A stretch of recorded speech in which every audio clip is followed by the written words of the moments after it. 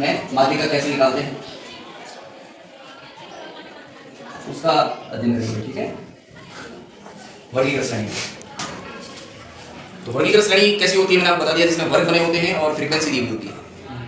वर्ग सुविधा अनुसार होते हैं, वो उनमें 10-10 का अंतराल हो सकता है, उनमें 20-20 का अंतराल हो सकता है। जैसे मान लो 0 से 10, 10 से 20, ये हमेशा ही जरूरी नहीं है।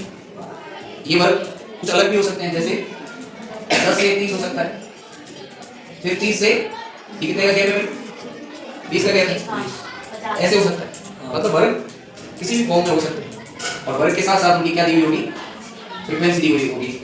यहाँ पर फ्रीक्वेंसी कुछ भी है, ये इस तरीके से टेबल बनी हुई होगी। उस टेबल को हम यहाँ की जो भी है, ये वर्ग है और ये हमारी फ्रीक्वेंसी है, इस फॉर्म में होता है। इसमें अगर माध्यिका निकालनी हो तो हमको क्या करना पड़ेगा, वो हम देखना है। ठीक है, बस हो गया।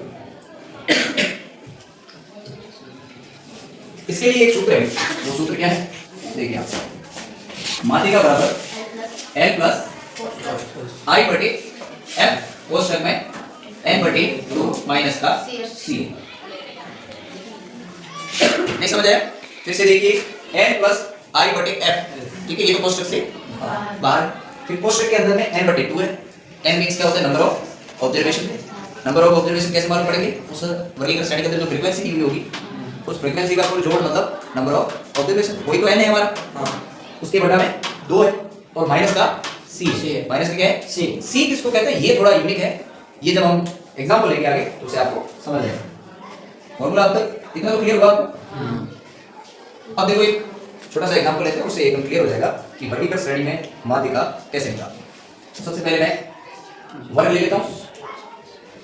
वर्ग आप उदाहरण के लिए तो कोई भी ले सकते हैं। सॉरी, ये उदाहरण के लिए आप कोई भी वर्ग ले सकते हैं। ये हमारे हो गए वर्ग या क्लास, ये क्या होगी, क्लास, ये तो होगी क्लास। अब हम लेंगे इस क्लास की कोई भी फ्रीक्वेंसी, ये हम F ले लेते हैं। अब आप देखते रहिएगा कैसे निकलता है। F कोई भी रैंडम नंबर ले लेते हैं,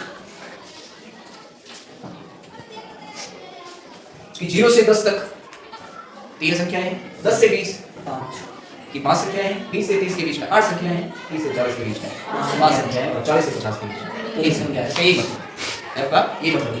अब अगर ऐसे दिया हुआ हो तो एक कॉलम हमको लेना पड़ता है आगे CF का। किसका लेना पड़ता है, CF। CF का मतलब होता है फ्रीक्वेंसी, C का मतलब होता है क्यूमुलेटिव फ्रीक्वेंसी। C का मतलब होता है क्यूमुलेटिव फ्रीक्वेंसी, हिंदी में कहते हैं इसको संचयी आवृत्ति या संचयी बारंबार। एक ही बात है सर, फोन आ गया। अब क्या होगा, CF कैसे निकलता है देखो, जैसे 3 को ये दिया हुआ है, इसको लिख लीजिए। फिर 3 के अंदर में 5 जोड़ देंगे, कितना गया, 8 हो गया। 8 में फिर 8 जोड़ देंगे, 16 हो गया। 16 में फिर 5 जोड़ देंगे, कितना हो गया, 21। 21 में 3 जोड़ देंगे, कितना हो गया, 24। कितना हो गया, 24। अब इसको अगर आप गिनोगे 3 और 5 या इनको जोड़ोगे, 3 और 5 8 16 5 24, 21 और 21 और 3 24। ये भी आंसर क्या आएगा, 24। ये हमारा क्या है, n बराबर कितना है, 24। इसको सिग्मा f भी कह सकते हैं क्योंकि ये फ्रीक्वेंसी की जोड़ है। इसको n भी कह सकते हैं, इसको सिग्मा f भी कह सकते हैं। जो कितना आ रहा है, 24 आ रहा है। ध्यान दीजिए ये वाला और ये वाला लास्ट नंबर बराबर होगा, ठीक है, होगा हमेशा ही बराबर होगा। अब ये CF निकाली हमने।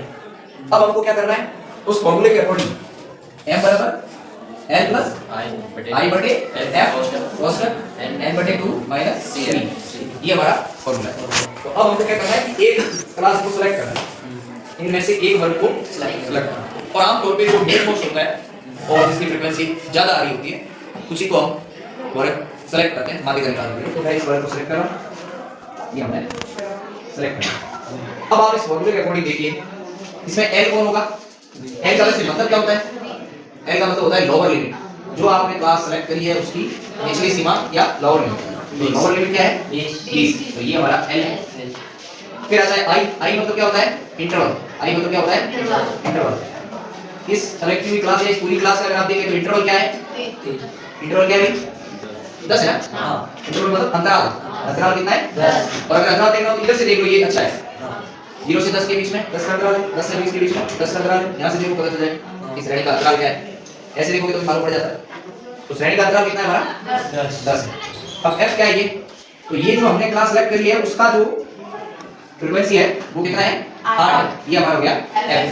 तो यानी कि हमने l सेलेक्ट कर लिया, i हमारे पास 10 है, हमको मालूम पड़ गया कि अंतराल 10 का है। फिर हमको देखना है n हमारा कितना है? 24 है। सारी चीजें आ गई, केवल एक चीज c अब तक हमने नहीं लिया। c क्या होता है? जो क्लास आपने सेलेक्ट कर ली है उससे एक कदम पीछे जाना है, यानी सेलेक्ट की हुई क्लास से पिछला जो क्यूमुलेटिव फ्रीक्वेंसी है उसको ही हम c मानते हैं। ठीक है, c का मतलब क्यूमुलेटिव फ्रीक्वेंसी होता है, तो जो क्लास सेलेक्ट की उससे पीछे वाली क्यूमुलेटिव फ्रीक्वेंसी। ठीक है, अब इसको अगर फॉर्मूले में रखोगे 20 प्लस 10 प्लस 8 कितना? ये 8 है। ये है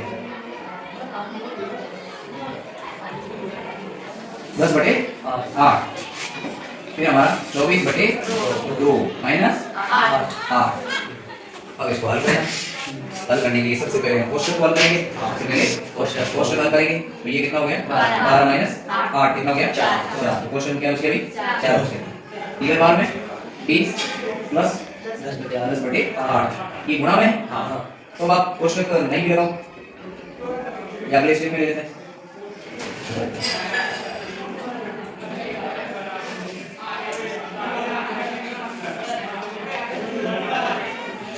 अब देखिए ये क्या हो जाएगा? कट रहे हैं?